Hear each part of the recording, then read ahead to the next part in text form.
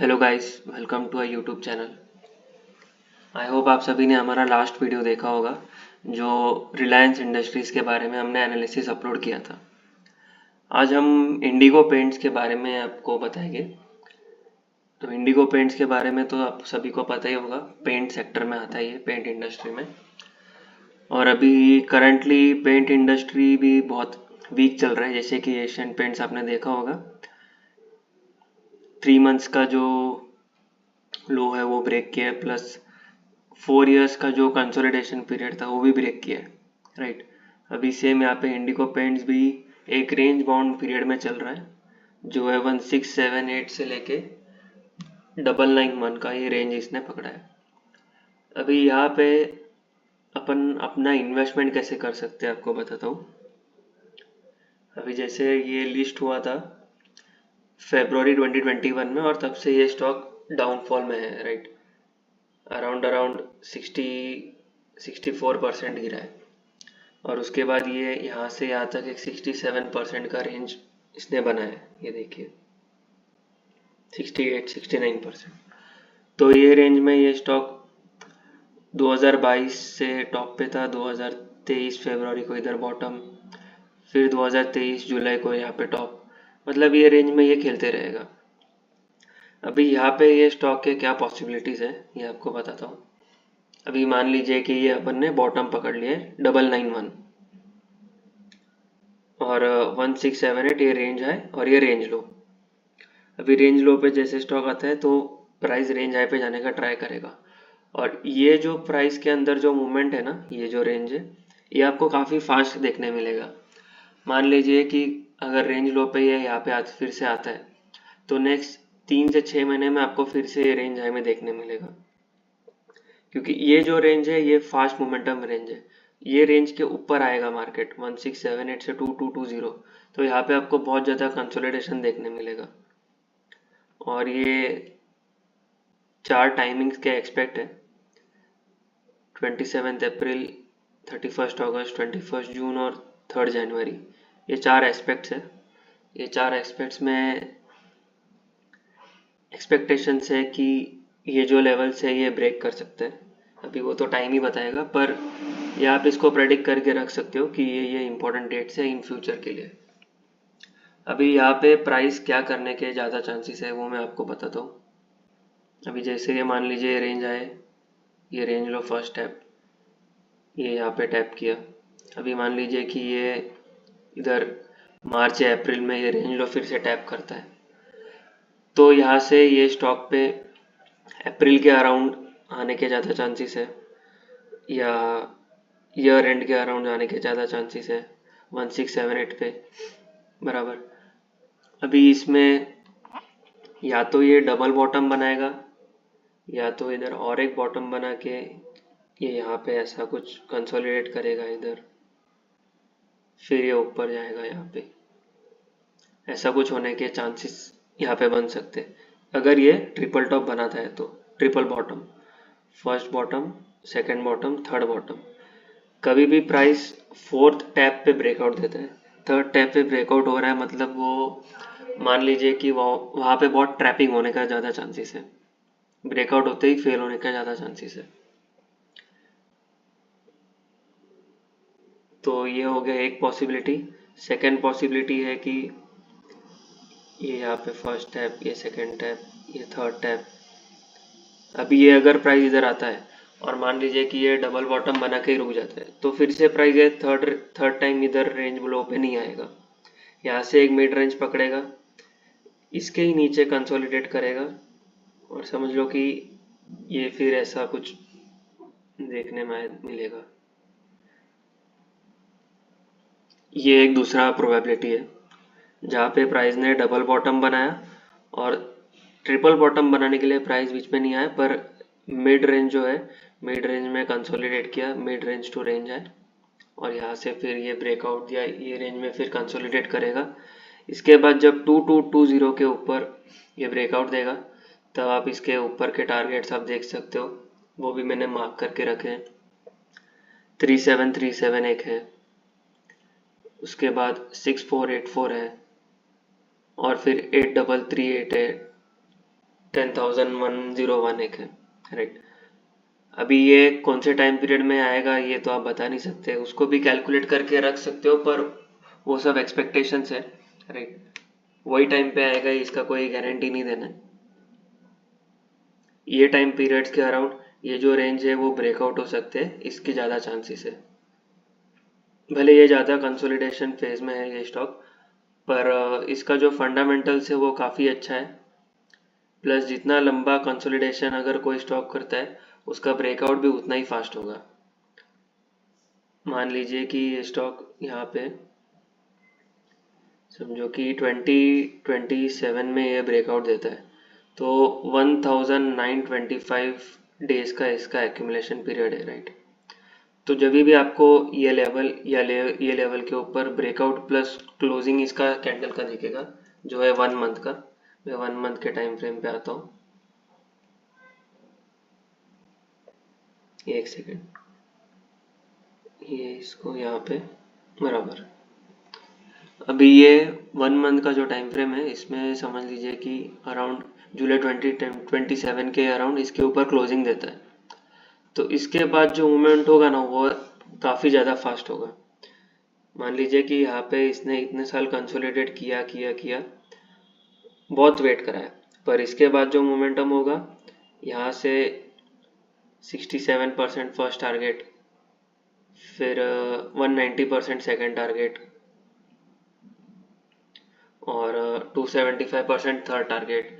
तो ये सब जो टारगेट्स रह गए वे आपको अराउंड 1 to 2 ईयर्स में आपको आराम से देखने मिलेंगे, या फिर उसके जल्दी भी देखने मिल सकता है, क्योंकि इतना बड़ा एक्यूमुलेशन का ब्रेकआउट हमेशा फास्ट होता है, कोई भी स्टॉक हो कोई भी मार्केट हो।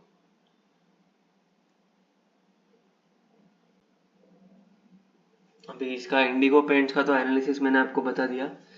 अब इसके साथ कैसा है कि पेंट स्टॉक है, तो इसके साथ जो कोरिलेट जो करता है या इनवर्स रिलेशन आप बोल सकते हो,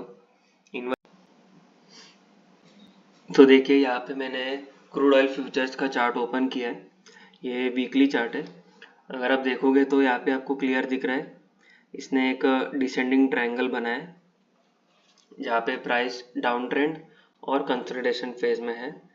जैसे कि 5479 ये जो लेवल है ये कभी ब्रेक नहीं किया, और ऊपर से एक ट्रेंड लाइन अगर आप खींचोगे तो ये वाले जो रेजिस्टेंस है ये हर टाइम इसने रिजेक्ट करके नीचे के हॉरिजॉन्टल सपोर्ट पे इसने सपोर्ट लिया है।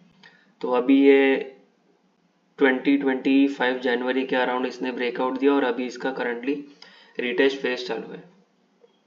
तो ये हमें क्या इंडिकेशन देता है कि इन फ्यूचर ऑयल के जो प्राइसेस है वो बढ़ने के ज़्यादा चांसेस है यहाँ से, अगर ये ब्रेकआउट सक्सेसफुल होता है तो। प्लस पेंट के जो स्टॉक्स रहेंगे वो या तो साइडवेज जाने के ज़्यादा चांसेस है, और एल्स और नेगेटिव अपने को देखने मिल सकते हैं। ऐसा क्यों होगा? क्योंकि पेंट और ऑयल ये दोनों का इन्वर्स कोरिलेशन है। जस्ट बिकॉज कि पेंट में दो कंपोनेंट्स होते हैं, सॉल्वेंट्स और रेजिन्स। ये दोनों भी चीज़ें पेट्रोलियम से डिराइव होते हैं। इसके वजह से क्या होगा, दो पेंट का जो मैन्युफैक्चरिंग और जो इम्पैक्ट कॉस्ट है वो बढ़ेगा, तो इससे जो पेंटिंग कंपनीज हैं उनके प्राइसेस बढ़ेंगे, और उनका अगर प्राइस बढ़ाएंगे नहीं तो उनका मार्जिन कम होगा, बराबर, वो तो होने नहीं देंगे। तो पेंट का प्राइसेस बढ़ेगा तो इससे फिर पेंट स्टॉक्स पे इफेक्ट ज़रूर आता है, और ये सालों से ऐसे ही चलता है। ऐसा नहीं कि अभी कुछ नया हो रहा है ट्रम्प आने से या ऐसा कुछ तारीफ रेट बढ़ने से, ऐसा कुछ नहीं, सालों से ऐसे ही होते आ रहा है। अगर आप प्रीवियस डेटा भी चेक करोगे तो आपको यही चीज़ देखने मिलेगा। आपको एक एग्जांपल भी दिखाता हूँ। कोविड के टाइम सबको पता ही होगा कि पर बैरल जो है वो नेगेटिव चला गया था, राइट। तो आपको बैरल वाले चार्ट में दिखेगा, ये तो फिलहाल क्रूड ऑयल फ्यूचर्स है। आप देखोगे इसमें तो 83% नेगेटिव गया था कोविड के टाइम पे। और सबको पता ही होगा कि कोविड के टाइम पे सारे स्टॉक्स ऑलमोस्ट मिनिमम 50% तो नीचे गिर ही गए थे। पर वही अगर आप एशियन पेंट या कोई भी पेंट सेक्टर में आप स्टॉक उठा के देखोगे तो इनको हार्डली 20% के अराउंड इनका करेक्शन हुआ था कोविड में। देखिए कोविड के टाइम में ओनली 20%, मतलब सोच रहे हो। जस्ट बिकॉज ऑयल भी यहाँ पे ज़्यादा गिरा था, क्योंकि सबसे ज़्यादा ऑयल ही अफेक्ट हुआ था, ट्रैवलिंग और सब बंद हो गया था, तो उसका कुछ यूसेज ही नहीं रहा। आईटी सेक्टर वो टाइम पे बढ़े थे, तो यही रीज़न था कि पेंट के स्टॉक्स में ओनली 20% डाउनफॉल देखने मिला था, जबकि बाकी सब स्टॉक्स मोर देन 50% इजीली नीचे देखने मिले थे, राइट। तो ये सब चीज़ें होती है जो बहुत मैटर करती है, और सारी चीज़ों का नॉलेज रहना भी ज़रूरी है, तब जाके सही टाइमिंग सही चीज़ पे अपन बाय कर सकते हैं, एग्जिट कर सकते हैं। तो देखिए यहाँ पे मैंने अभी स्क्रीनर ओपन किया है। स्क्रीनर में मैंने इंडिगो पेंट्स आपको बता रहा हूँ। तो जैसे कि यहाँ पे दिख रहा है कि 5073 CR का मार्केट कैप है, मतलब बहुत लो मार्केट कैप है ये कंपनी का। आप समझ लीजिए कि ये मल्टी बैगर भी बन सकता है आने वाले टाइम में। अब इसके फंडामेंटल्स भी आपको बताता हूँ। अभी एशियन पेंट्स का मार्केट कैप देखो, 2,12,670 के आसपास है, करोड़ है ये सब। और इंडिगो पेंट्स का है 5,073। मतलब इसका ग्रोथ पोटेंशियल आप समझ रहे हो कितना ज़्यादा है। यहाँ से अगर ये सेकंड पोजीशन पर भी आने का अगर ट्राई करता है, जो बर्गर पेंट्स के अराउंड है, तो भी ये स्टॉक का वैल्यू यहाँ से 10x होता है।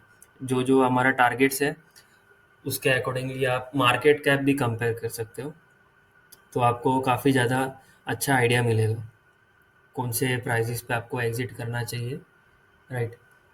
तो आपको ये मैं अभी यहाँ पे प्रॉफिट एंड लॉस के बारे में बताता हूँ। जो अभी डेटा अपने को दिख रहा है वो 2013 से अपन को दिख रहा है, लाइक अराउंड 11 ईयर्स पहले से अपने को मिल रहा है। तो यहाँ पे सेल्स जो है वो 47 करोड़ के थे 2013 में, और अभी करंट सेल्स है 1276। मतलब करीब करीब 27x का इसने अपना सेल्स ग्रोथ किया है लास्ट 11 ईयर्स में। और ईयर ऑन ईयर भी अगर आप देखोगे तो इसने अच्छा खासा ग्रोथ दिया है। कभी भी आपको इसको न्यूट्रल या नेगेटिव में आप इसका सेल्स नहीं देखोगे। देखिए मैं आपको बताता हूँ, 47, 64, 90, 124, 289, 411, 536, 625, 723, 906, 1073, 1255। देख रहे हो आप, हर साल इसने ग्रोथ ऑन ग्रोथ ही दिया है। कहीं पर भी आप उसको न्यूट्रल भी नहीं देखोगे, राइट। और वही अगर मैं प्रॉफिट की बात करूँ तो कंपनी के जो स्टार्टिंग के जो स्टेजेस होते हैं, हर कंपनी के होते हैं, तो स्टार्टिंग स्टेजेस में प्रॉफिट लाना बहुत मुश्किल होता है, और वही हालत ये कंपनी का भी था।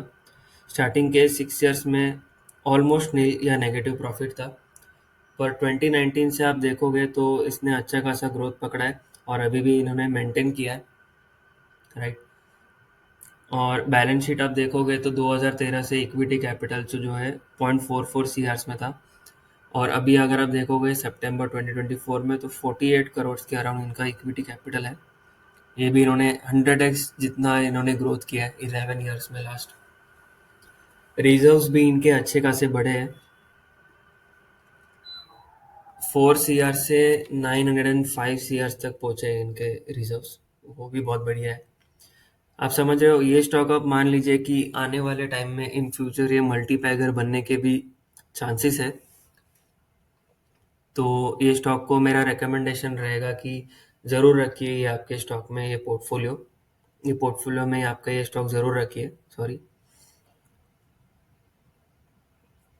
और शेयर होल्डिंग पैटर्न्स अगर आप देखोगे तो प्रोमोटर्स ने भी सारे के सारे परसेंटेज जो होल्ड किए थे स्टार्टिंग से वो अभी भी वैसे ही मेंटेन रखे।